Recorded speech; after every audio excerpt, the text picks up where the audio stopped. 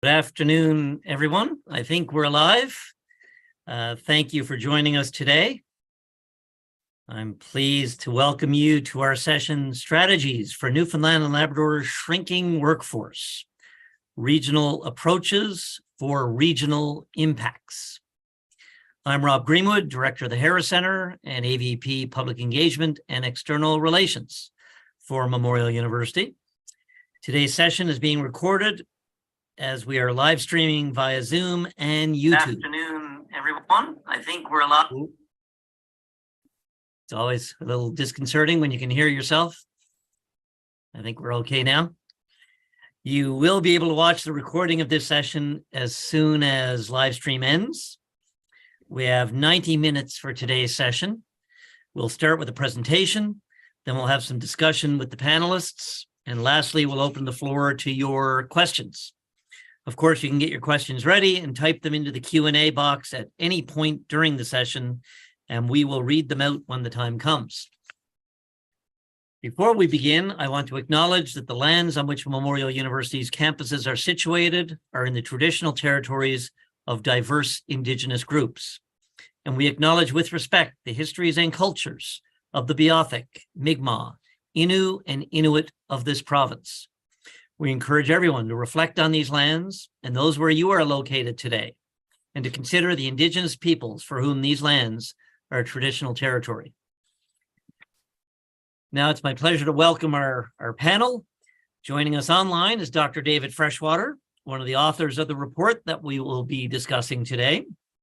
David is the Emeritus H.B. Price Professor of Agricultural Policy in the University of Kentucky Department of Agricultural Economics. He was also a professor in the Martin School of Public Administration at the University of Kentucky and an adjunct professor in the Geography Department at Memorial University. His main research areas are rural and agricultural policy in North America and Europe. He's a longtime consultant to the Organization for Economic Cooperation and Development, OECD, in Paris, and in 2009 was head of the OECD Rural Policy Program. Prior to joining the University of Kentucky, he was a senior economist on the staff of the Joint Economic Committee of the U.S. Congress. Before that, a member of the professional staff of the U.S. Senate Committee on Agriculture, Nutrition, and Forestry. He's a longtime collaborator with the Harris Center and worked closely with Dr. Alvin Sims in forming our Regional Analytics Lab, RANLab, in partnership with Jamie Ward. Jamie is the next person I'll introduce, manager here at RANLab and co-author of today's report. Jamie has been working with the Harris Center now for over 10 years. As one of the founders and current manager of the Regional Analytics Lab, Jamie works closely with a wide group of collaborators and community partners to help make the often complex world of statistical comparison more accessible for regional planning and development. On my page here, although I shouldn't need notes for introducing Craig Pollitt. Craig is one of the province's leading public policy voices on local government, regionalization, and economic development. During his 20 years as CEO of Municipalities Newfoundland and Labrador, he grew the organization into one of the foremost advocacy organizations in the province. With impressive research and outreach capacity, it is now, as Craig describes it, a powerful machine for change. After receiving his Bachelor of Commerce from Memorial in 1991, Craig then completed his Master of Development Economics from Dalhousie in 1996. He served as a Regional Economic Development Analyst and Senior Policy Analyst with the Government of Newfoundland and Labrador before moving to MNL in 2001. And last but certainly not least, we're happy to welcome Roseanne Leonard. Roseanne is a Managing Director with the Newfoundland and Labrador Association of CBDCs, the province's network of 15 community business development corporations. I think that's 15 is right, Roseanne? She has 20 years experience working for boards of directors in the nonprofit sector. To best serve the communities governed by the CBDCs, she has been certified in project management, governance, and change management. When not working with the CBDCs, she volunteers with Skills Canada NL and the Alzheimer's Society of NL. Welcome and thank you for joining us, Roseanne. This topic has been central to the Harris Center since our inception in 2004. Dr. Steve Tomlin, Dr. Kelly Vodden, Dr. Ken Carter, Dr. Alvin Sims, and more have all done work with us in this area. And most recently, we supported the MNL CBDC Task Force on Regional Economic Development. We felt our RANLab team could inform these discussions in a big way, and that's why we're here. With that, I'm going to hand things over to David to get us started, and then we'll get into the panel discussion and then the audience Q&A. Over to you, Dave. Thanks, Rob. Just a little bit more background. I've been coming to Newfoundland and Labrador for over 20 years. I've known Rob for even longer than that, I think. And I've worked with Jamie and Alvin and other people at the Harris Center for a considerable period of time. And I was in the province a couple of weeks ago for an OECD mission that's looking at innovation in rural areas. And we were at Fogo Island where we found some rural innovation. And I think that's a huge potential growth area that the province should be thinking about more. A couple of caveats in this. The data that we're used for the report was 2019. That has two issues, I guess. One is it's now 3 years old, but there's not much new data in that period.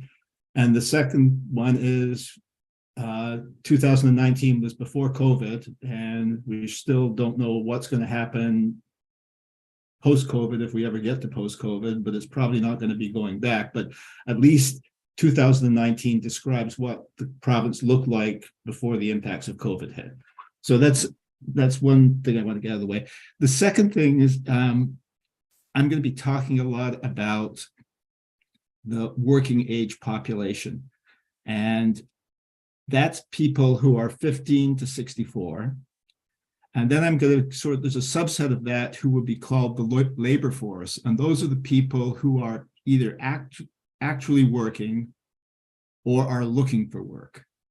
And if you're looking for work, you could be considered unemployed, but you may also, there's a small group of people who are not technically unemployed, but are looking for work. So there's those three layers. There's the working age population, there's potential labor force, which is that working age population, and then there's the employed and the unemployed. Okay, so this kind of got triggered by the big reset, the Premier's examination of fiscal conditions in the province. And I was talking to Rob, and I just finished doing a report for the OECD in Korea, where the focus of it was demographic decline and how it's affecting rural areas. And Korea has had a fertility rate that's been well under 1 for the last 15 or 20 years. So they're by far not replacing workers as they leave the population. And it's pretty clear that, when I first started coming to Newfoundland and Labrador, outside St. John's, the conditions were that there were often more people looking for work than there was work. About the middle of the 2000s, that flipped, and there were increasing situations in more and more communities where the number of people looking for work was less than the number of jobs. Employers kept saying, we can't find enough workers. And Jamie and Alvin have looked at the demographic projections, and the demographic projections for the province are demographic decline, which means that the workforce is going to shrink in age over time. A large share of the population will be elderly, and the dependency ratio will increase. And the dependency ratio are people under 15 and people over 65. And increasingly, that dependency ratio is going to be driven by people over 65, not by people who are less than 15. Okay, so that's important because it means that how does the economy maintain even the existing level of production if the population and the workforce is shrinking? But it's more than just what happens at the provincial level, it's what happens across the province. And to look at that, we've tried to create 5 regions. And these regions, we want to make clear right at the start, are not regions that we say should be adopted. They're regions that are used to illustrate the point that there's a lot more to the province than just the provincial aggregates. And just looking at the provincial aggregates is not going to be helpful in figuring out how to respond to demographic decline, nor is it helpful in looking at how you go to, you consider future economic development prospects. So what we're thinking is that a simple way to look at how you might start to respond to this is if Newfoundland and Labrador could get its unemployment rate and its labor force participation rate to something close to the Canadian average, how would that help to mitigate the impacts of this falling of the shrinking population, and shrinking labor force? Not that that's going to be a simple thing to do, but it's a way to conceptualize maybe low-hanging fruit to make more efficient use of the existing workers. And then the third part of what we're talking about is this idea that the province's current system of government's not well suited to responding to the necessary changes. Because there's going to be fewer young people and more older people, we're going to have to rethink a number of provincial programs: elderly care, infrastructure, education. In particular, workforce skills are going to be important because with a smaller workforce, you've got to allow them the opportunity to work more efficiently and work more productively, and that means upskilling. The second thing, and I know this is pretty controversial, is that Newfoundland and Labrador is pretty unique among Canadian provinces in that it's only got two levels of government. There's the provincial government and the municipal government. And most municipalities in the province are too small to be effective in dealing with both demographic decline and economic development. And in many cases, the province is too remote and can only think about what it should do in aggregate, and that doesn't necessarily translate into something that's particularly effective at the local level. Every other province has some regional layer of government between the province and the municipality. It might be called counties, it might be called districts, but there's a formal layer of government that has elected officials, a tax base, and assigned responsibilities, and delivers public services directly to the people within its territory. Newfoundland's tried regionalization, but it hasn't gone to the point of going to creating an actual formal level of government, and we're thinking that's something that might be considered. Next slide, please, Kevin. Okay, so there's 5 plausible regions here. The colored things are local labor markets, and local labor markets basically are good for economic development because they show where people live and work, but they're too small to actually carry out public policy. So what we've done is aggregated local labor markets into 5 regions. The 2 obvious ones are Labrador and the Avalon Peninsula. And then after that, it became sort of tricky to figure out where to draw some lines, but we wound up thinking that people understand the West Coast, the South Coast, and Central Newfoundland as concepts. So we drew something that kind of represents those, although you could easily argue with where we've drawn the lines, the boundaries. And those boundaries were driven by what's available census data. And 5 may not be the right number, but 5 makes it easy to make our points. And our points are that there's a huge degree of variability across the province. It's not just an Avalon Peninsula, Labrador, and the rest of the main island. The rest of the main island is pretty variable as well. Next slide, please, Kathy. Okay, so one way to look at this differences in economic structure is to use something called location quotients. And all location quotients show is what sectors are more important in particular regions than they are in the province. So all of these location quotients are relative to the provincial average. And a couple of really interesting things come out from this. If you look at hospitality and tourism, it's strongest in the West Coast. Any number that's bigger than 1 means that it's more important in that region than it is provincially. In contrast, natural resources and first stage processing are more important in the South Coast and Labrador, which is not so surprising either. The truly interesting thing, I think, is when you look at public sector services, things that some level of government provides.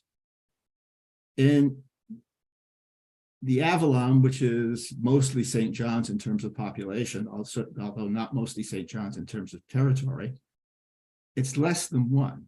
So public services are less important in the Avalon than they are in the other 4 regions, which on the surface seems counterintuitive because most of the provincial government's in St. John's. There's a big city government in St. John's. There's a lot of federal government in St. John's. But yet it's got a location quotient of 0.88. And why is that? Well, it's because there's a lot of other things going on the Avalon Peninsula, mostly in St. John's, that don't go on anywhere else in the rest of the province.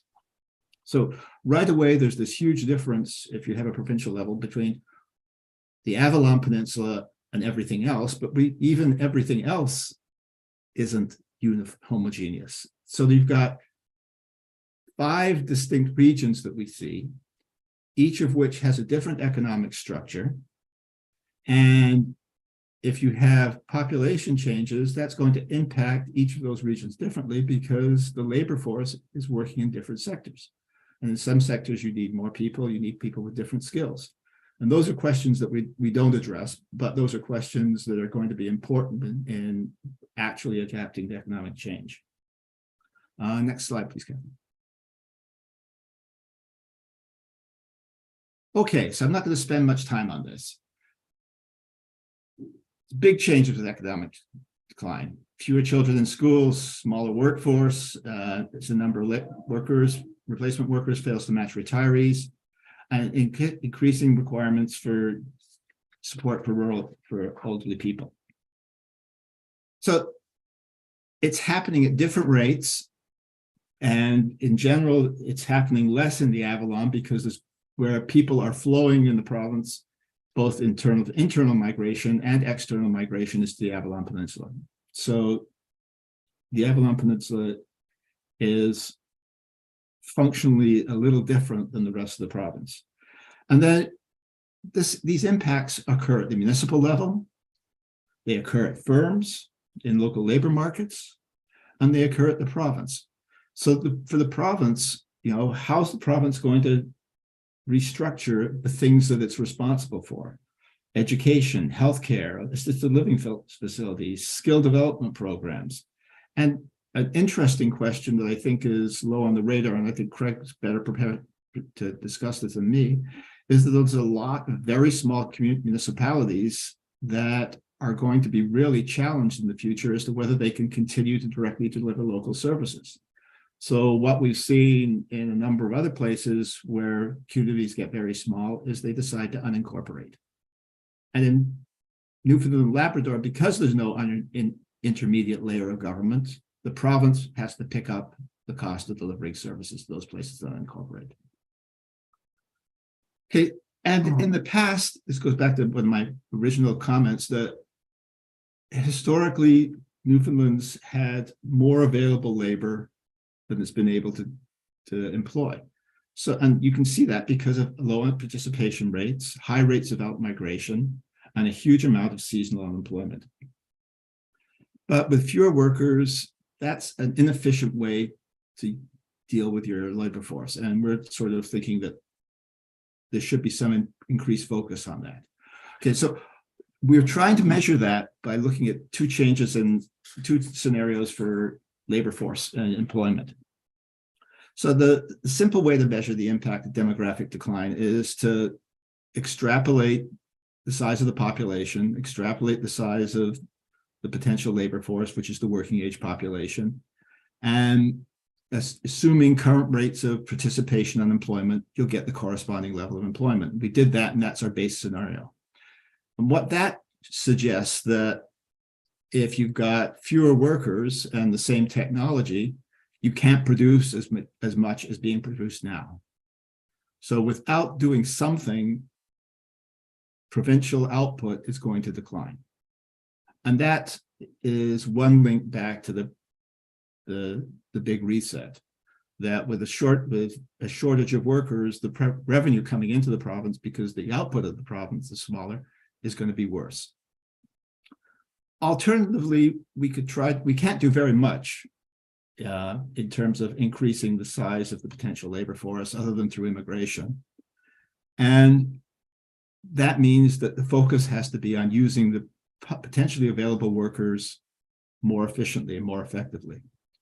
And the way we capture that is by saying, what happens if instead of using historical rates of labor force participation and historical rates of unemployment, the province is able to get to the Canadian average, and see if this could have a meaningful impact on addressing demographic decline and in terms of its impact on the economy.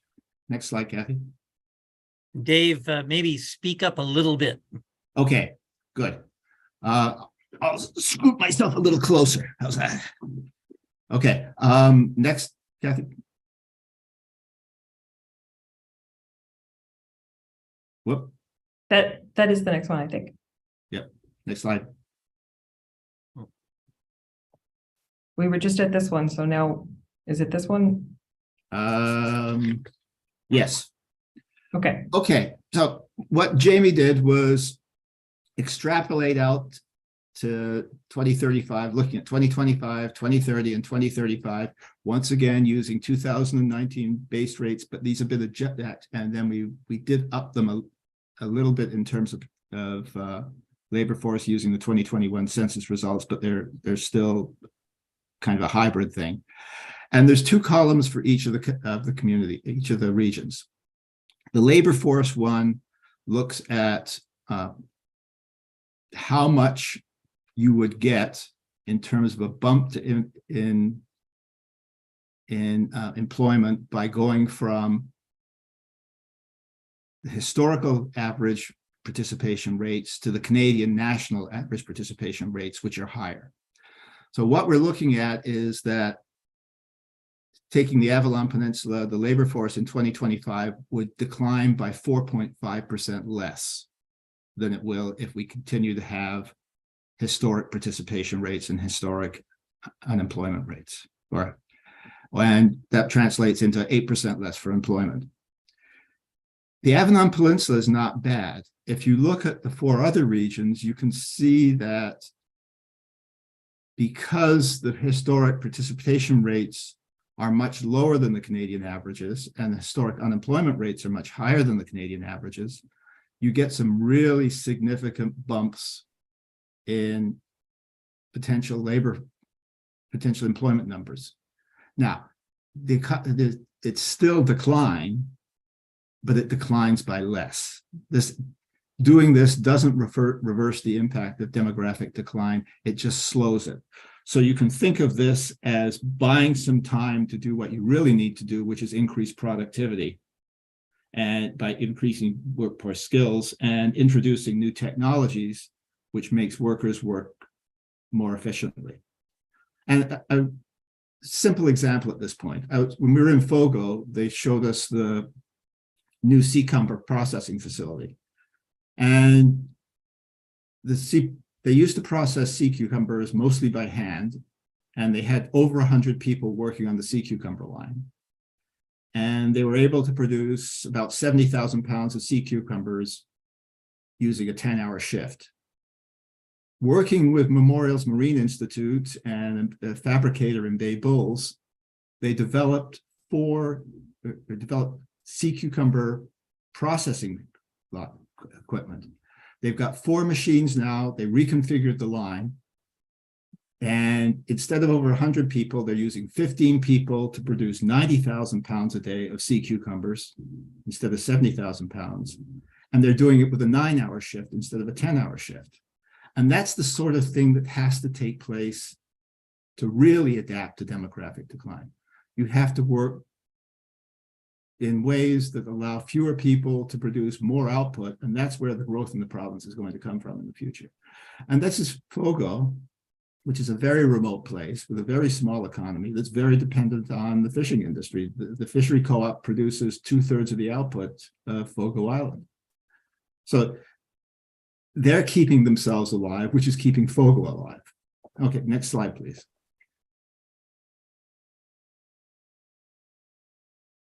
Okay, so what are the possible policy responses? And I've divided it into 3 places.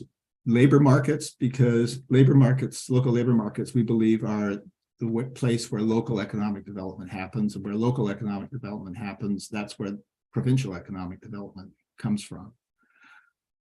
First thing is to make better use of available workers by increasing participation rates and lowering unemployment rates. The next thing is to increase worker productivity through skill development, greater use of machinery and capital and innovation. And the third thing is clearly to try and increase immigration, especially in rural areas. But I have to tell you, every place in the world, in the OECD world anyway, is trying to do number 3. You are competing for immigrants. Yeah, and historically in Canada, immigrants have tended to flow to 3 places: Toronto, Montreal, and Vancouver. And you've got to fight to get that. Now, COVID may have changed things, and there may be more people who want to move to rural areas, but at least in the United States, we're seeing this, that surge in is now turning into a reversal of the flow back. Public services. Reorganizing school systems, healthcare systems, and other services to reflect a smaller need for youth and a greater need for elderly, and the importance of highly educated youth. You can't just close schools. You have to think about delivering education in a better way, or else you're killing your future labor force. And there has to be a rethinking of service delivery mechanisms to achieve equivalent outcomes across the various parts of the province, but maybe adopting different ways of providing those services. And that's, there's things with telehealth, telecommunications, education. And one thing that COVID has done is it's created a lot of those new ways of delivering public services. And then the last part's the hard one. And this is a problem that's been growing over time, and as people have left the outports and some of the other smaller places in the province, is that most municipalities are now too small to be able to respond to these challenges. And while the province ultimately becomes responsible, a province has a really hard time carving up programs enough to make them applicable in specific places. If you just offer the same thing everywhere, you have a real tendency to offer something that is not very useful to anybody, because the average in a place as heterogeneous as Newfoundland and Labrador isn't going to cut it. So we're suggesting that there's some sort of formal devolution of authority, resources, and capacity through the creation of an intermediate level of government that receives a mandate from the provincial government to respond to demographic decline and a changing economic environment. Next slide, please. Okay, so this is the last thing. So it's not the case that Newfoundland's never tried regional government. In fact, I think I met Rob during one of those efforts to try regional government. And there's been huge dissatisfaction with it, both by the municipalities and by provincial elected officials. And all of these efforts have been abandoned quickly. So why try it again? And I think the argument for trying it again is that the province has never gone down the road that every other province has gone down, of creating a full statutory devolution of authority, resources, and capacity to an intermediate level of government with its own elected officials. And the own elected officials, I think, is crucial, because that's what gives it credibility at the local level. It's not just provincial civil servants showing up and telling you what the Confederation building thinks. And maybe this is a little heroic, that if you do this properly, it could be just the right size in the Goldilocks sense, that it's big enough to capture scale economies, but small enough to understand the dynamics and place specific opportunities and constraints within each region. And with elected officials, it should have political credibility at the local level and be more responsive to local needs. And I point out to you, is my final statement, that while other provinces of Canada at times have modified their intermediate levels, I grew up in Southern Ontario, and they introduced a fourth level in some parts, and that took a while to get used to. Quebec recently changed its structure of counties. No province has ever thought about eliminating regional governments because they understand they're very useful in two senses. The first one is they create a place for policies that are sub-provincial in nature to be delivered more effectively. And importantly, what they do is they insulate the province from a whole lot of local issues that the province has a really hard time figuring out how to respond to effectively. Thank you for your attention. Thank you, Dave. So I think we have a whole lot of people online here today, and we will have a round of questions, and then we're going to open it up to you. So Craig, you're no stranger to conversations about the need for regional government. You spent your whole career on it, your education, in fact. What is your initial response to Dave's presentation and the report in general? I think it's fascinating, actually. It's a few years ago, Pat Kern wrote a really good report on regional government, and I said that's probably the best report I've seen outside of MNL relating to the need for this. This is now the best report I've seen outside of MNL relating to the need for this, and it's critically important. And Dave said off the top that, there's 5 regions for analysis purposes here. He's not saying 5 regions is what needs to work for governance, that sort of thing. But the piece that I took from it is, MNL has always said that one of the great opportunities for regional government is that regions will be able to do way more than just potholes, water, and garbage, right? The basics of municipal administration. This report recognizes that regional government can help us create strategies, regional strategies, to help those regions with their unique challenges. And we keep saying one size doesn't fit all. And I've heard that cliche now for 20 plus years, but sometimes cliches are around for a long time because they're true. And this paper, I think, does a great job of showing that, specific to labor market development, it is fundamentally true.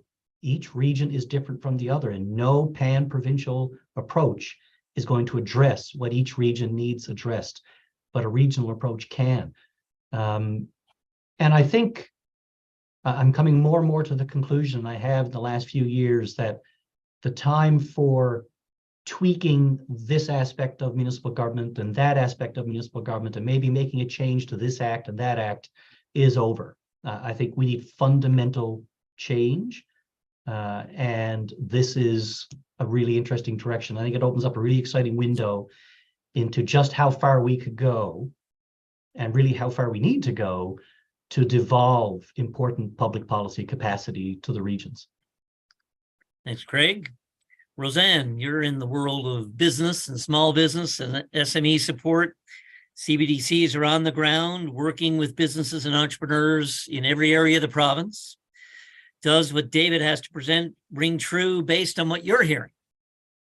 We, for quite a long time, have been hearing from businesses and nonprofits in the region that they are struggling to provide what it is people are seeking just because of a resource-based restriction, and resource being mostly people. So you have an example of a group of businesses on the Northern Peninsula that are trying to deal with a labor shortage in the region and have identified potential groups to come in, but now they're coming up against a crunch with housing, and housing is outside their purvey. It's outside of their scope of what they're skilled at. So a regional look at what the challenges are would allow those local leaders that are on the ground that know what can be done. It would give them the authority and the capacity to be able to put those changes into place. So something like this, an approach like this on a regional basis would not only provide it wouldn't be providing a hand out to businesses and nonprofits in each region, it'd be providing a hand up, because you're, like I said, you're giving that local knowledge, that local expertise, the resources then to actually start implementing changes that they know can benefit their communities. Right on. Thank you. Jamie, you're in the weeds on all this work. You worked with David on this report, and you've been digesting all the census information as it's gradually released by the federal government. The recent stats are showing an increase in the population of the province overall. How does this sit with what you and David said about the declining population and labor force in various regions of the province? Thank you, Rob. Yeah, in my mind, these recent trends really reinforce, and if anything, provide a good bit of urgency for this type of analysis. It's true, we live in very dynamic times. There's a lot of external shocks coming in, and we're just sort of trying to react to things. So I think the more information that we have about how these changes can filter down below the provincial level, it's all the better. I always like to say, I don't think that we do these projections. I guarantee you we don't do these projections to condemn places to failure. We wouldn't be doing it. This is rather to help articulate, as Roseanne said, this is to help to articulate local conditions and local challenges.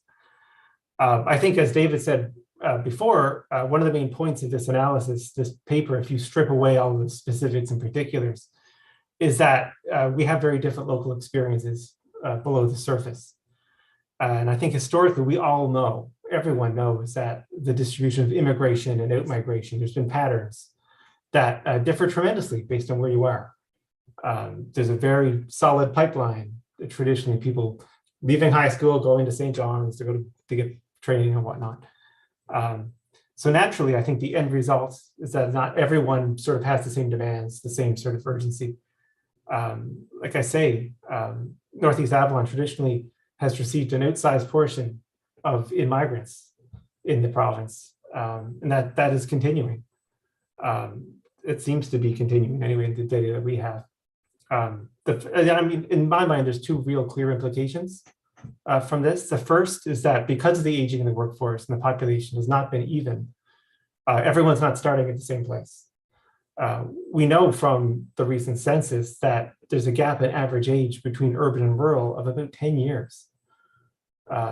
And so that means that rural areas are starting from a place of more vulnerability, of less resilience in these sorts of areas, and that it's more critical that particular, if you're looking for funding or assistance, is more critical that we be able to articulate specifically what's going on there. The second implication really is that it gives us reason to really critically look at the distribution of immigrants. It gives us something to do really as immigrants are coming in, and sort of look at where they're going. As I mentioned, the labor force survey is released every single month, even up to last month's survey, October 2022, in the 3 years between October 2019, just before the pandemic, and October 2022, the provincial employment grew by 1.9%. In the labor force survey, they break out the St. John's CMA, Census Metropolitan Area, and that area grew by 5.8%, which means that everything outside of the St. John's CMA declined by 1.7%. And so I think in short, this type of approach really helps reframe the challenge as one of redistribution and encouraging assistance and population growth or dynamics to flow where it can be most effective and where it's needed most. Growth, honestly, even sort of short term, however, we don't know, we're waiting to see how it works, but growth in any capacity is always great because it means that these lessons can be applied constructively as we go forward. So thanks. Thanks, Jamie. So Dave, further to what Jamie said, when we look at the shrinking population and the age of the population in most of our rural areas, how viable is it to expect that we can meet national workforce participation rates as one of the scenarios you set out there? I think that's a really hard question because it's going to be different in different places. Let me slide back to Fogo, which is the last place I was, and talk about the fish plant. Now, the Fogo fish plant is a cooperative, so it's a social enterprise, and it includes workers and the guys who own the boats are in the same organization. And when we walked through the plant, everybody was in their 50s to 60s, and these guys have finally admitted that, you know, next year they're going to have to think about bringing in immigrants to work in the plant. They can't do it. And this is an incredibly efficient fish plant. You know, these are people who have adopted new technology. They've chopped their labor force as much as they can, and they're still employing, you know, older people, but that can't go on. And as Roseanne said, the problem they face is, where do we put them? Because now all the housing on Fogo's kind of become trendy as a result of the inn. So there's a real dearth of housing, and there's a particular dearth of housing in the summer because that's when the inn has to hire a whole bunch of people to work in the inn. So it's a very complex process at the local level. Is as you know, even if you can get people, where do you put them, and how do you accommodate all of their needs? How do you provide all the things that they need? I guess I'm going around it. Yes, you can, but in order to do that, you're going to have to change the way firms do business. Because a lot of firms in the province have relied on having people that they don't have to pay a lot. So there's no incentive to increase technology and substitute machinery and investment for workers. And I think that's, you know, reducing the unemployment rate is going to be the easier part of it than increasing the participation rate, just because that's a longer term process.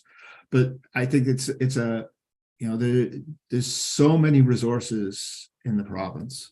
There's so many markets for them. It becomes a question of how do you get yourself to a point where you can be competitive in those markets, and that's product quality as much as it is product cost. And, you know, one of the things that the people at Fogo said is mechanization led to more consistency and higher quality fish products than we were getting using people on the line. And I think that whole concept points to the fact that it can be done. Will it be done in exactly the same way everywhere? Will all the places be successful? No. But you got to try and help people that want to improve, because that's really the future. And that's the best way to make people want to come to the province, is if it's a better place to live. Thanks, Dave. So Craig, some might say that creating an intermediate level of government is essentially adding more bureaucracy in the province. And with economic challenges and a decreasing population, how does that make sense? How do we justify the cost of that? So firstly, let's address the phrase more bureaucracy. That's a subjective term in this case. I mean, if you're dealing with an already massive system or a big system with thousands of employees, and you're trying to figure out how to better do the work that system does, then maybe that's a reasonable discussion. But the municipal system here in Newfoundland and Labrador is lean, like in the extreme. 275 municipalities, 74% of them have one or fewer staff. And most of those staff are part-time. So a part-time clerk and maybe a part-time outside worker or something like that. So to deliver safe drinking water, manage town planning, maintain roads, critical infrastructure, municipalities, in actuality, in a very real way, are way understaffed for the things that they're meant to do. They own 60% of the infrastructure in the province, but 74% of them only have a clerk, and sometimes that clerk is part-time. So today, you know, as we're speaking, volunteer counselors, part-time staff are out there dealing with extremely complex demographic, economic, environmental challenges. all kinds of new regulations, especially in the environmental side of things. But the fundamentals of municipal capacity, what they have at their disposal to address all these things, has not changed in the last 20 years. So the fact is, regional government would bring, some form of regional government would bring absolutely necessary, critical technical and administrative staff capacity to the sector, to these communities, so they can solve the problems that they're trying to solve right now, with basically one arm tied behind their back, so they can move ahead. And we're just seeing on the Southwest coast right now the cost of not addressing municipal capacity up front. It can be extraordinary in the short term and in the long term. If we don't adapt the system now, invest in the system now, so that we can address these challenges and worse in the future, I think the cost is going to be way, way more than what it might cost to set up that system. Dave already mentioned that because we don't have an existing regional system, there's no second tier. Many municipalities that disincorporate in the future, and that's coming. There will be municipalities in the next 5 years, in the next 10 years, there will be more, I should say, because we've already had them, that will have to disincorporate. They simply won't have the resources anymore to provide the services they are required to provide under legislation. Those communities will still exist. People will still live there. They're still going to need those local services. Those services are going to have to be provided directly by the provincial government. Unless some sort of amalgamation process happens, they're going to have to be provided by the provincial government.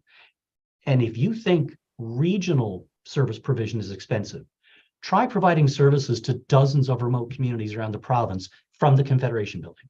That's expensive. That is not going to be cheap. It's not going to be efficient. So not only is delaying regional government going to be more expensive, I believe, it's actually going to inhibit the ability of those same regions to grow and build their own tax base, to diversify their economy. Because the other thing you can't do from Confederation Building, and I'm not trying to slam Confederation Building or the humans inside it, you can't do rural development from St. John's or from the Confederation Building. It has to happen in the region. So if we don't have regional government, then the province is going to have to spend more money providing services within these local communities. And if we don't have regional government, we are holding back the potential of those regions to do things on their own. Thanks, Craig. So Roseanne, on a kind of proactive basis, how do you see a regional approach helping business owners and entrepreneurs? What do you think it means for them? Why does it even matter? So give an example about some of the CBDCs have been operating in this province for over 40 years. Back in 96, so the mid 90s, there was a strong CBDC in Central. And a couple of individuals got together and recognized that there's a great deal of difference between how the economies of the South Coast differ from CBDCs or some of the region in the Central. So what they actually did was they separated, they broke down and developed two spin-off CBDCs. So you're thinking that if you're breaking apart a region, how is that going to impact the business support mechanisms? And what it actually did was you saw a tremendous growth, because when you had that regional approach to developing and supporting a specific sector, it grew all that quicker. So just take it to one of David's examples with the policy changes. So imagine if we have a regional approach to social procurement. There are so many great programs and services or products and services that businesses provide in our province, but are either wary or don't have the capability to scale up to really respond to some social procurement initiatives. So if we had a support system in place where a regional approach to being able to safeguard and assist businesses to be able to scale up and meet needs on a provincial, national, and international level, you're obviously creating more revenue for the province, you're solidifying those businesses, which in turn then makes it much more meaningful employment at the local level. So it's one of those instances where when that regional approach is taken, you're not only strengthening the communities, you're really showcasing the success a potential sector can have in that region when it's got, passionate, dedicated, knowledgeable people helping to support it. Thanks, Roseanne. That really illustrates.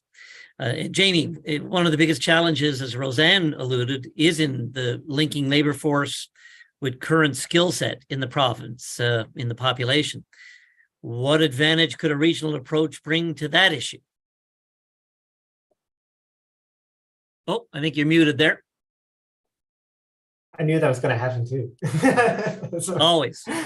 But again, to reiterate something, I think, to go back to something that we already talked about earlier that I mentioned, is that there's a lot of localized systematic differences in migration patterns, in labor market dynamics around the province. Just basically, it can't be easy on a practical level. And as David said, the example, it's not easy if you're an entrepreneur or a business owner to plan specific localized labor force attraction and retention initiatives for, say, a retail store or a fish plant on Fogo Island or on the Northern Peninsula somewhere. If all of the data you get includes IT sector workers in St. John's, for example, it just kind of averages everything out. It makes things, it's difficult to get specific, right? It's not just, I mean, it's not a specific thing anymore. You know, it's not just what we would consider or what sort of in classification terms or more high skilled workers. I mean, when you have aging and demographic decline, it's affecting, there's a lot of sort of traditional sort of low skilled jobs and sort of, you know, that are being, that are retiring as well, all over the place. And so it really pays to be specific and to be local. This has honestly been a challenge for us working here for a long time. It's not always easy to find the level of data that you need.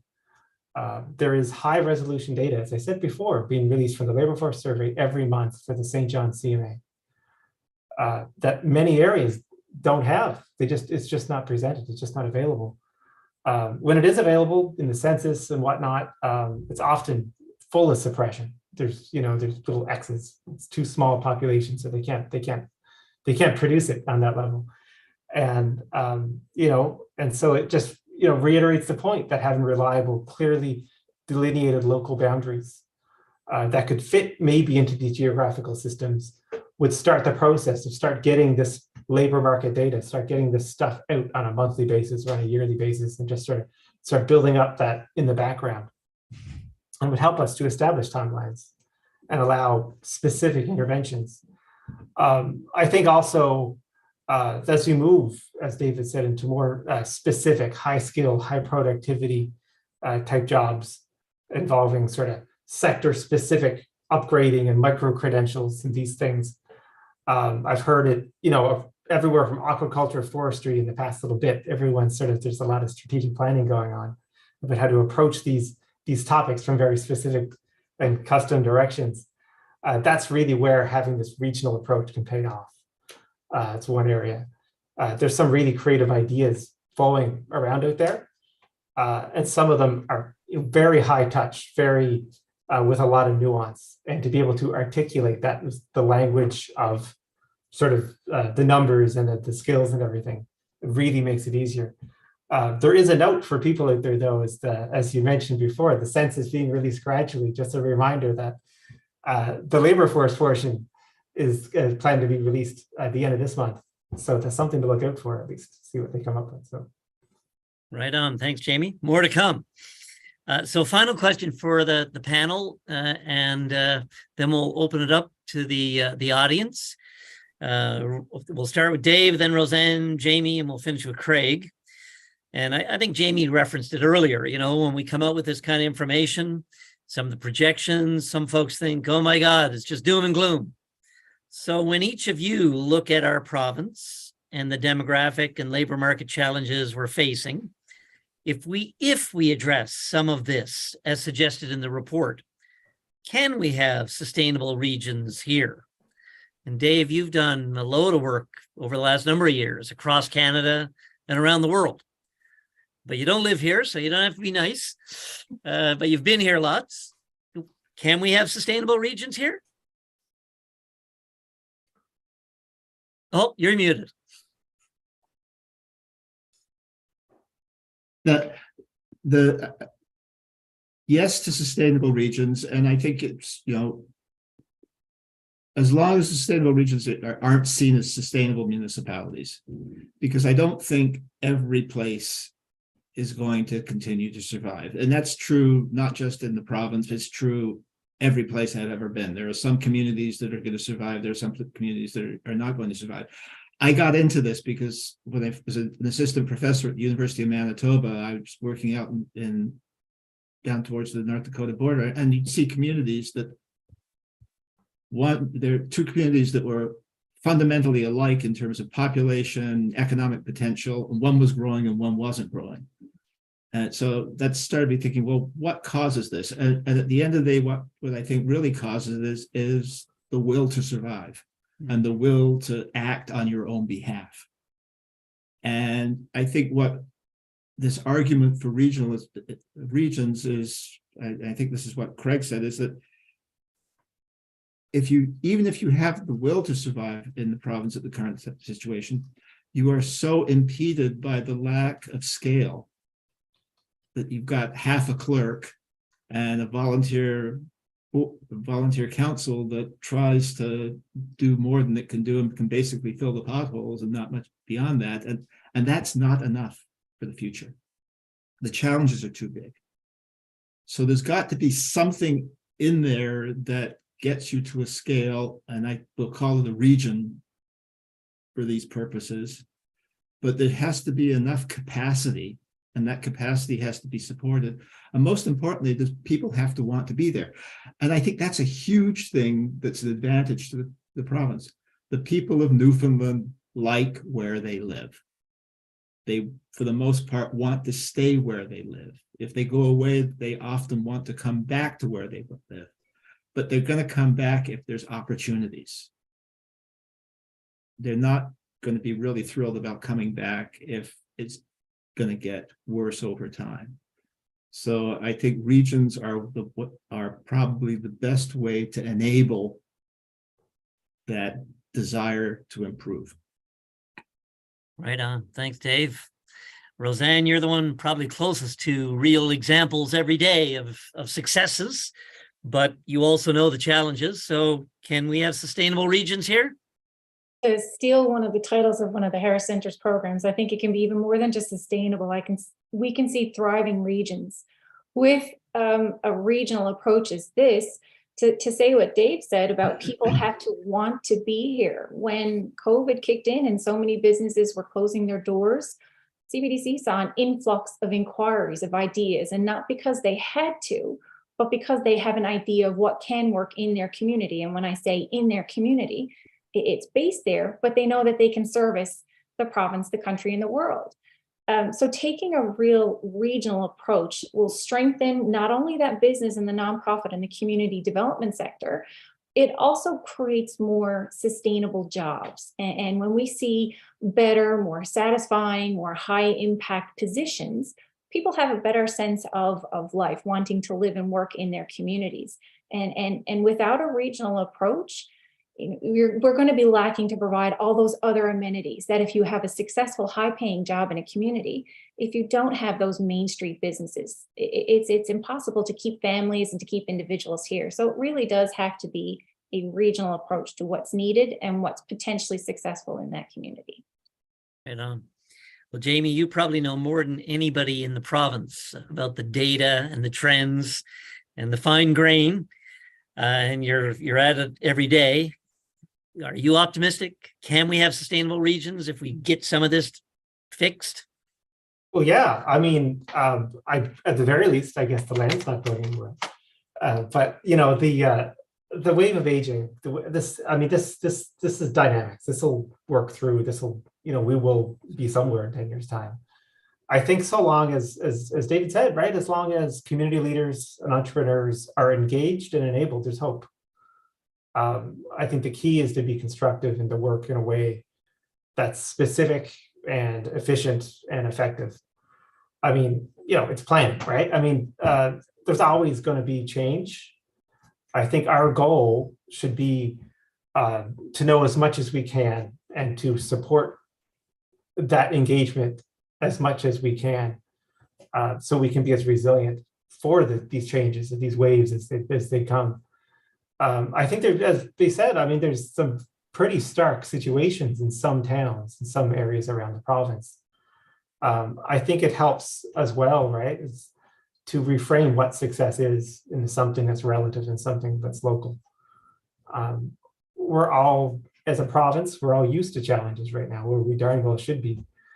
I think that experience that we have in sort of surviving and adapting is a huge advantage. You know, I mean, I think a lot of the times we're just missing contextual information. You know, a lot of the times it's hard to get. We know how to carry on framing things locally on that scale in a way that can drive collaboration and focus that resonates with what we feel in our guts as we're experiencing life and living. I think, you know, that's the way to go, and that's going to see us through if we can do that better. Thanks, Jamie. Craig, last word before we open it up. Sustainable regions here? Yeah, of course we can have sustainable regions. You know, we have sustainable regions. We're just not really activating them very well, I think is what I would say. There are assets in every region. There are assets in every community, whether they are actionable assets and things that we can do something with to develop the economy and grow the economy. That's another question. The problem is we don't have the tools or the capacity to do that analysis and to do that building. We have ideas. We have committed, passionate leaders.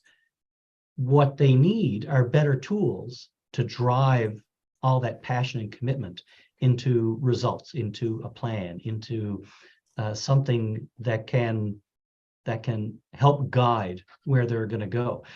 We just did with the CBDCs, I think you mentioned, we just did a task force, MNL and the CBDC Association just did a regional economic development task force looking at what might be missing in our world in terms of economic development, especially in rural parts of the province. And we heard loud and clear through that process that the ideas are out there. People working hard on economic development and where their community or where their region might go are out there. We need to knit them together because they're afraid right now, to overuse a metaphor.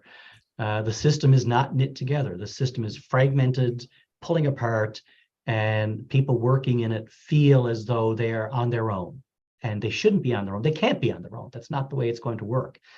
So the kind of stuff that we're talking about here today is an important step in pulling that together. For a region to be able to understand its own labor market, what the labor market in the region has to offer, if they have a development plan, what does that development plan require in terms of a labor market? And to then be able to do something about that, right now they don't have either of those three things. They don't know what their labor market is like. They don't know what a development plan might require of the labor market, and they don't have the capacity to respond to it, even if they had the first two. We can get to a place where we have all three of those, then we can actually do something with our sustainable regions. Absolutely. Thanks, Craig, and thanks, panel. So I see a few questions in the Q&A box, and one comment there, Kathy, that the chat seems to be disabled, but I don't know if that's the case, but I am surprised. We've often in these sessions, we have lots of side conversation in the chat, but we certainly have some questions lined up. Kathy, do you want to bring one to our panel? Sure. And just to mention about the chat, it certainly wasn't intentional for the chat to be disabled. I'm not sure why it's coming up that way, but in any case, the Q&A is not disabled. So you can still post your questions in the Q&A box. And I don't think we're going to try and figure out if we can get the chat open, because certainly this would have been a great session to get lots of chat in there, but I don't think you can change that once the Zoom webinar has been started, but we'll work on that in the back end. But in the meantime, we do have some questions there. So what infrastructure will be required and how well prepared are the hypothetical regions to take on developments or to take on development already? Maybe I'll let Craig go first on that one, if you are game with that, Craig. Sure. I mean, I can speak from a municipal governance perspective, and Dave might want to respond in terms of labor market policy and that end of things. But from a municipal government perspective, what's required is some sort of governing body. So people either directly elected to an entity, which is what Dave talks about in the paper, or municipal representatives from the region sitting on a regional entity that has authority to act on things like plans. And then they're going to need some administrative and technical staff to do those things. I mean, I answered a question in the Q&A earlier. I typed in an answer. So much of what we're talking about here comes down to planning and the lack of capacity to plan, whether that's a land use plan or an infrastructure plan or an asset management plan or a labor market plan. That's not baked into our system right now. We need to bake that in. So putting planning capacity in, putting good financial capacity in is important. So you're talking about some staff with each region. I can't say how many per region because each region is going to be different. Each region is going to have different capacities, different needs. Regions can share staff. How prepared are they? How prepared are the hypothetical regions? I like that because they're all hypothetical to take on development already. Well, they're not. They're not at all ready. And that's kind of the point that we're saying here, that I believe certainly that regional approaches to economic development are the only real or the best way to address regional capacity issues. That's how we're going to grow our regions. It's not by pan-provincial public policy. Because we're not doing that, those regions are by definition not prepared. But we need to set up a system to prepare them. If we don't start now, then we have to start at some point. So we're starting at the developmental side of things. How do we prepare these regions to take action on these issues? Dave, did you want to jump in on that one?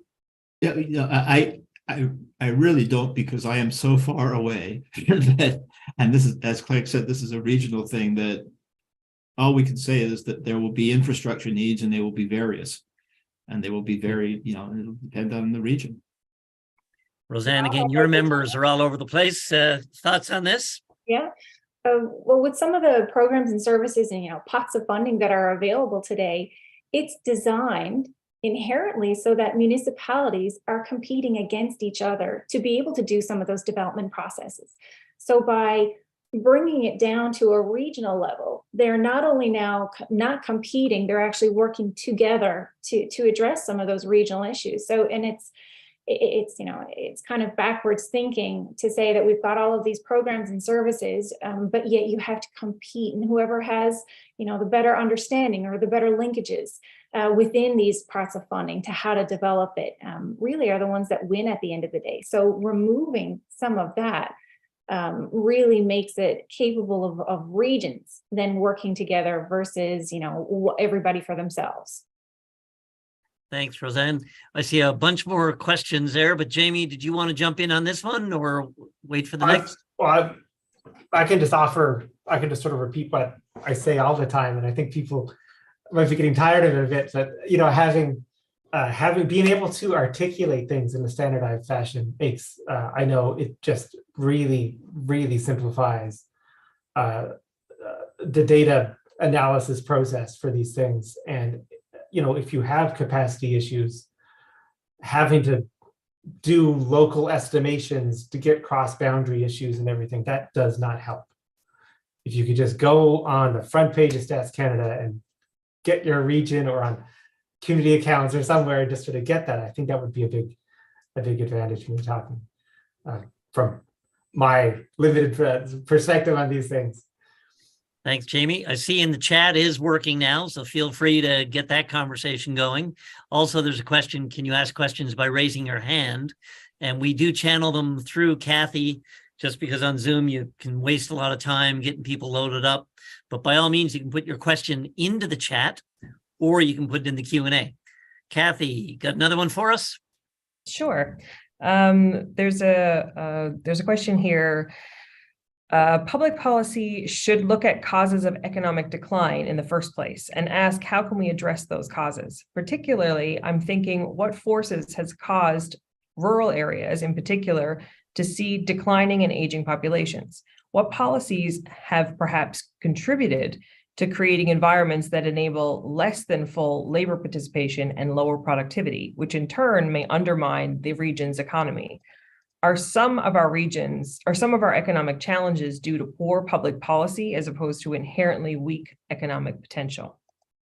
So we probably have the foremost authority on earth. And I don't try to be nice to my friends, but Dave Freshwater headed up the OECD on this stuff and is very active still. Dave, you got a short answer to that one? Yeah, well, the big one obviously is fertility. I'm old. I'm generally the oldest person in the room now. But my generation, not my parents, but my friends in the province who are my generation came from families of 6 to 10 kids with great regularity. And this was true, and I live in Kentucky now, and the same thing was true in rural Kentucky. The average rural household size in eastern part of the province was 6 to 10 kids. And if you had 6 to 10 kids and 2 moved away, there were still 4 living at home. And the generation, the next generation had 2. And now if 1 kid moves away, and this is China's problem. China had this one-child policy forever and ever, and their population was huge.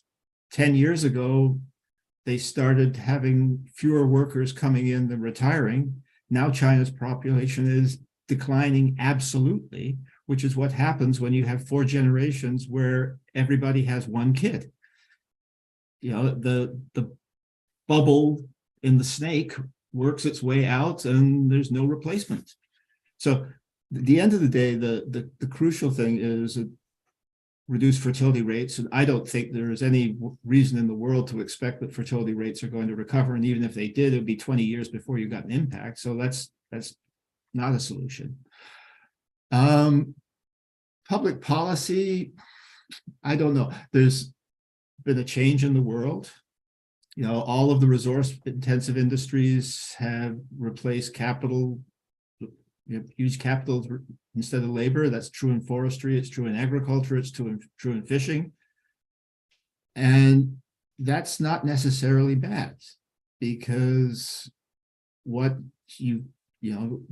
bad is if you have a failure of public policy. And I think a lot of the anger in both Canada and the United States about NAFTA and all the jobs that went to Mexico is fair, because what was promised was that the people who lost jobs would get support to do something else, and that support was never provided. So that was a public policy failure, that there wasn't a huge investment in retraining people, in helping people adjust to a changing economy. And I think that's the big public policy failure. But are we better off because the economy changed? Yeah. I mean, if you ask people whether they would like to have the goods that were available from the Eaton's catalog that my mother used to go through religiously when it arrived, and I used to go through when we got the Christmas catalog, or the stuff that's available on Amazon, nobody's going to pick the Eaton's catalog. We live in a different, but in many ways better world, but that's a world where I think our institutions haven't necessarily kept up. Anyone else want to jump in on that one? Or, yep, Craig. Sorry, Roseanne, did you want to go? Go ahead. So just a very short answer, and it's not going to be, I'm not an economist and I don't play one on TV. But one of the things that struck me about that question, there's some fundamental questions there about what causes rural decline and that sort of thing. I think one of the things that we have not done well and would have served us well and still can is just fundamentally, why aren't we looking at this from a regional perspective? This is the things that are happening in these communities. Yes, there's broad public policy issues around them. But what we're saying in this paper basically is the provincial government should not have to come up with and should not come up with a single public policy response to what's happening in the global economy. We need a response that works for the Northern Peninsula. We need a response that works for the Burin Peninsula. That's how that has to work from now on. And so, my shorter answer is, yeah, there was policy problems. There's inherent endemic issues in these regions that we need to deal with. The best way to deal with those endemic regions, the stuff that's happening in the region, is by the region, not by a higher order of government. Roseanne, did you want to jump in on that one? Yeah, it's kind of the same response, and I don't think it's necessarily inherently weak economic potential. I think historically, once we've sunk our teeth into something that's generating good revenue for the province, we go all out and it's supported and it's developed, but we don't diversify. And you cannot diversify if you don't have the resources or the leadership at a regional level to plan for what other assets do we have within the region that can also generate support and development. So it's a case of making sure that we recognize what we're good at, but also having the resources at a regional level to find out what else can we be doing. And Jamie, did you want to weigh in on this one? I'm good. As moderator, I have a hard time not giving an opinion on these things. Just a quick comment from me would be, for many, many, many years, we equated development with population growth. And with the fertility rate reality worldwide that Dave mentioned, we have to stop doing that. And there are many examples of dynamic, successful economies, and we love to talk about Iceland. We just had a workshop with a group from Norway. Population, rural communities is dropping in rural Norway also. But with high productivity, you can have very prosperous small jurisdictions, which in fact around the blah, blah, blah. So that would be my 2 cents on that one. Kathy, next question. I'm going to combine a few questions here because they're all very similar. So, and I think hits at a really good point. So we've got a question there from Tony Fang. Given the different age structures, industrial structures and economic structures by regions in Newfoundland and Labrador, I certainly agree that there's no one-size-fits-all model for service delivery. Is there a way to map out unique services by regions? We've also had a few questions about pairing skills and labor. And so are there any thoughts or comments on regional skill building or capacity building to ensure that the skills are in place to properly govern a regional government? And then there's another question there about how do we match opportunities and skills within a particular region. So I think they're all kind of linked.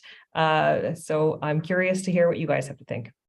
Thanks, Kathy. I'm going to look to Jamie first because one, we're part of this paper's intent was to show the power, the ability of our regional analytics lab, RAN lab, to inform some of these issues. And Jamie, you, Alvin, Dave, and the other RAN lab team have done work on, for example, sub-provincial supply chains. And do you just want to comment a little bit on that first part of Tony's question?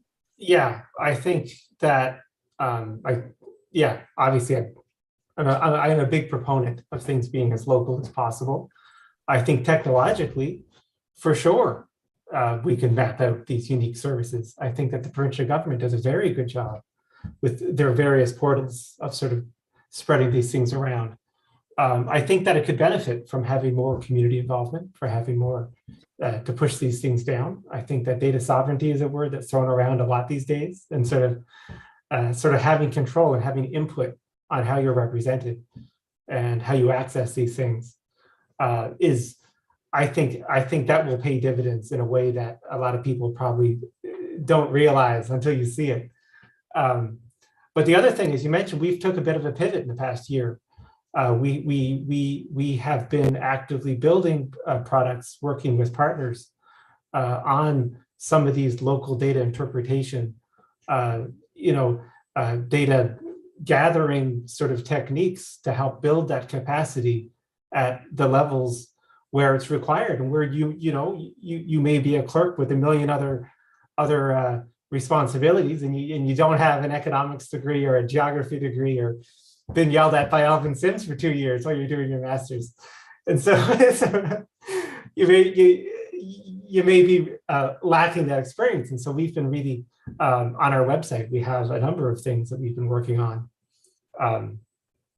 to help drive that level. I think that there's tremendous potential for sure. And technology, as you mentioned earlier, as David mentioned, through the pandemic, there's a lot of tools that came available, that grew in popularity, that people bought licenses for, that can certainly help collaborate on these things.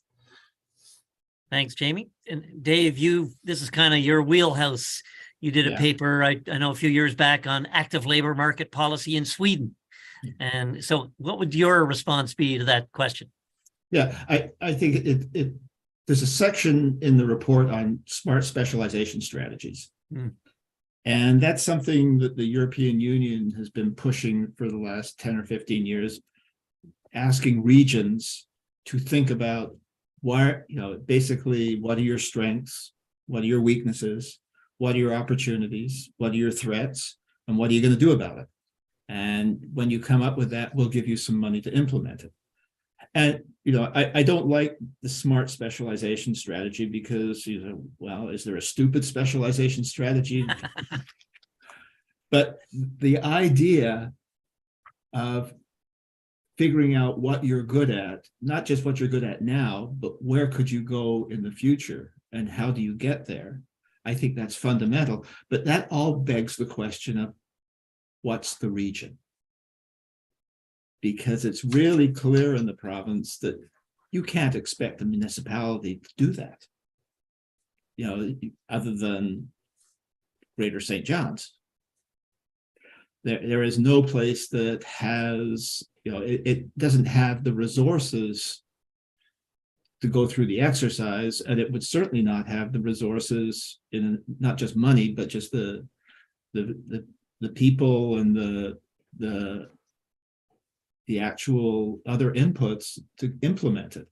So, yeah, there's lots of stuff out there that shows you how to conduct that exercise, but you have to have the entity in place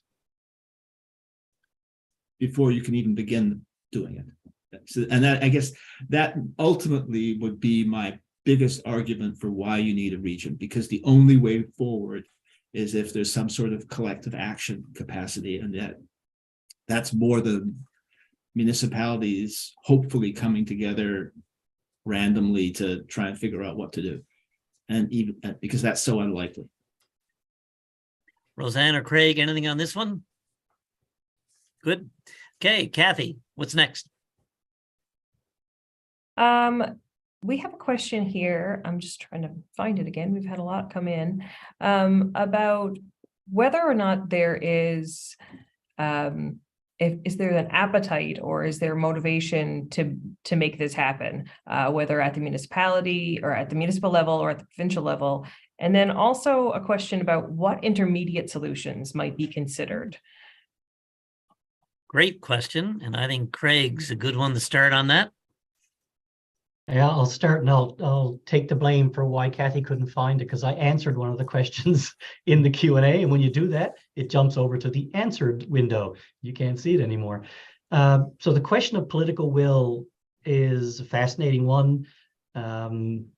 It's been the single biggest barrier to regionalization in my 20 plus years at MNL. And I mean at the municipal level and the provincial level. I would say right now, and the way I answered the question in the Q&A, excuse me, is I think there is political will right now, just not quite enough. But I also think there's way more political will in the municipal sector, so among municipal politicians, than people realize, and probably more than there is at the provincial level with MHAs. I think the way the system works right now is extremely advantageous to MHAs. They have a tremendous amount of control over or influence over municipalities and how that system works. And it's not to their benefit to shift political power from them to the regions. So, I'm not saying they're doing anything underhanded. It's just that's the way the system is set up right now, and you protect what you have. So they're protecting what they have. How do we change that? Well, I've been at it for 20 years and clearly I haven't found the solution yet, but I do think continuing to have these conversations where you clearly articulate to everyone involved the carrots and the sticks involved in this process. There will be tremendous, there has been tremendous cost with us not going in this direction already. There will be more tremendous cost in the future to not do this. But there's also tremendous benefits to us doing it. Regions will be able to respond to provincial, national, international influences better if they have the resources near them at their disposal. So I think the job of organizations like the Harris Center, organizations like MNL, is to continue to speak truth to power and to keep pointing out, this is the situation.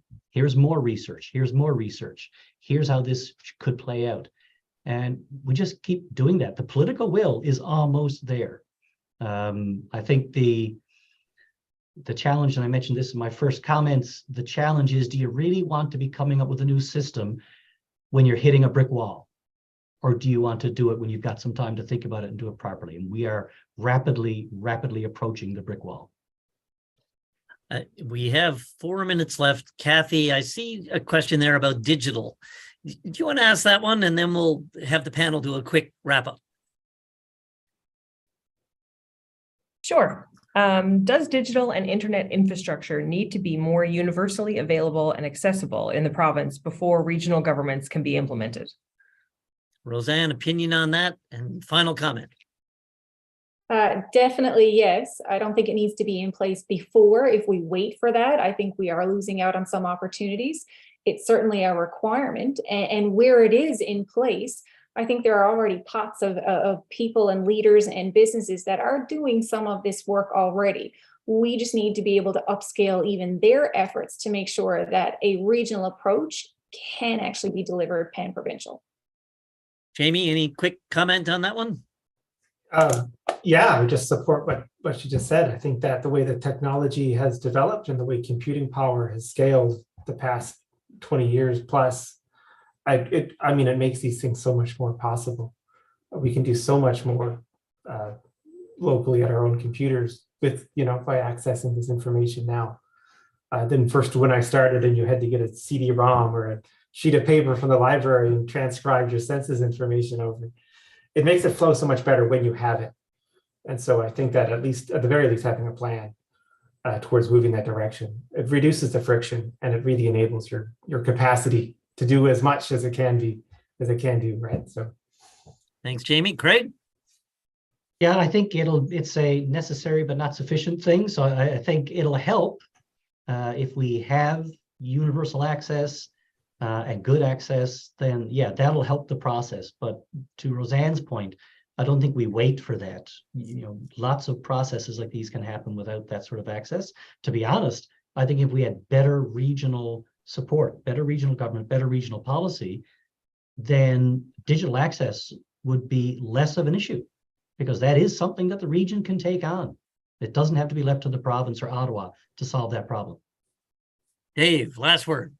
Yeah, and I think just summing up what the other people said, it would be a mistake to wait, because you need the capacity in place as to how do you sequence the installation of broadband? Where does it go first? You can't deliver it all at once, and the regions have a better sense for where it's needed and where it's most useful, so that they're going to be key to rolling it out. Now, you can put a lot of the backbone in place, but the last part, which is the expensive part, you really need to have somebody local figure that out.